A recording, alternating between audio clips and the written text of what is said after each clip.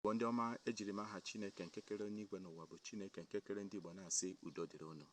Abụ m onye ozi nke Chineke Onyedikachi, ka anyị na-ekwu okwu banyere ọkpara iwere oke abụọ n'ihe nna nwere, nke pụtara double portion.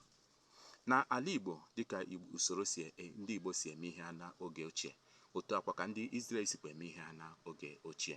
Na ọkpara na ezinụlọ na-ewe oke abụọ, n'ebe a na-asị ọkpara were oke use n'ihe nna nwere, dịka esi wee dee ya na Deuteronomy isi 21 amaokwu nke 15 wee ruo na nke 17, nke a na-aga ịgụpụtara anyị. N'ebe a edere ya na the year 1451 BC.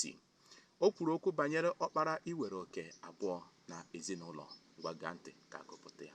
Mgbe nwoke nwere ndị inyom abụọ, ma otu n'ime ha bụ nwaanyị a na-ahụ n'anya, nke ọzọ abụrụ nwaanyị a na-akpọ asị, a sịkwa na ha mụworo ya ụmụ ndị ikom, ma nwaanyị a na-ahụ n'anya ma nwaanyị a na-akpọ asị, ma ọkpara bụ nwa nwaanyị a na-akpọ asị mụrụ.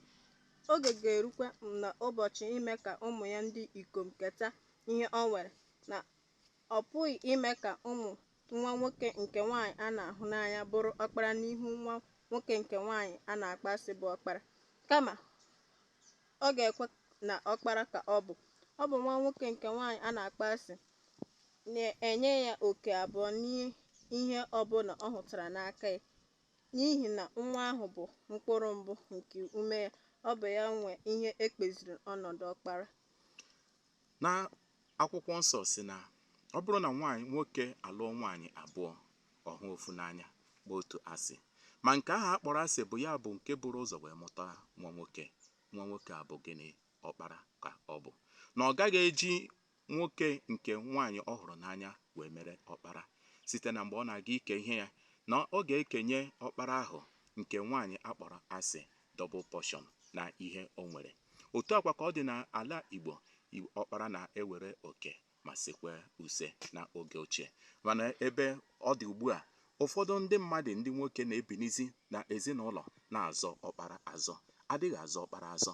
Site na oge ochie, nwa nwoke mbụ ọbụla a mụrụ na ezinụlọ ahụ, ọ bụ ya bụ gịnị? Ọkpara. Ma o nwere ego, ma ọ ma akwụkwọ, ma ọ gụrụ akwụkwọ, ma ọ ma ihe, ma ọ maghị ihe, ọ bụ ọkpara ka ọ bụ. Adịghị azọ ọkpara azọ.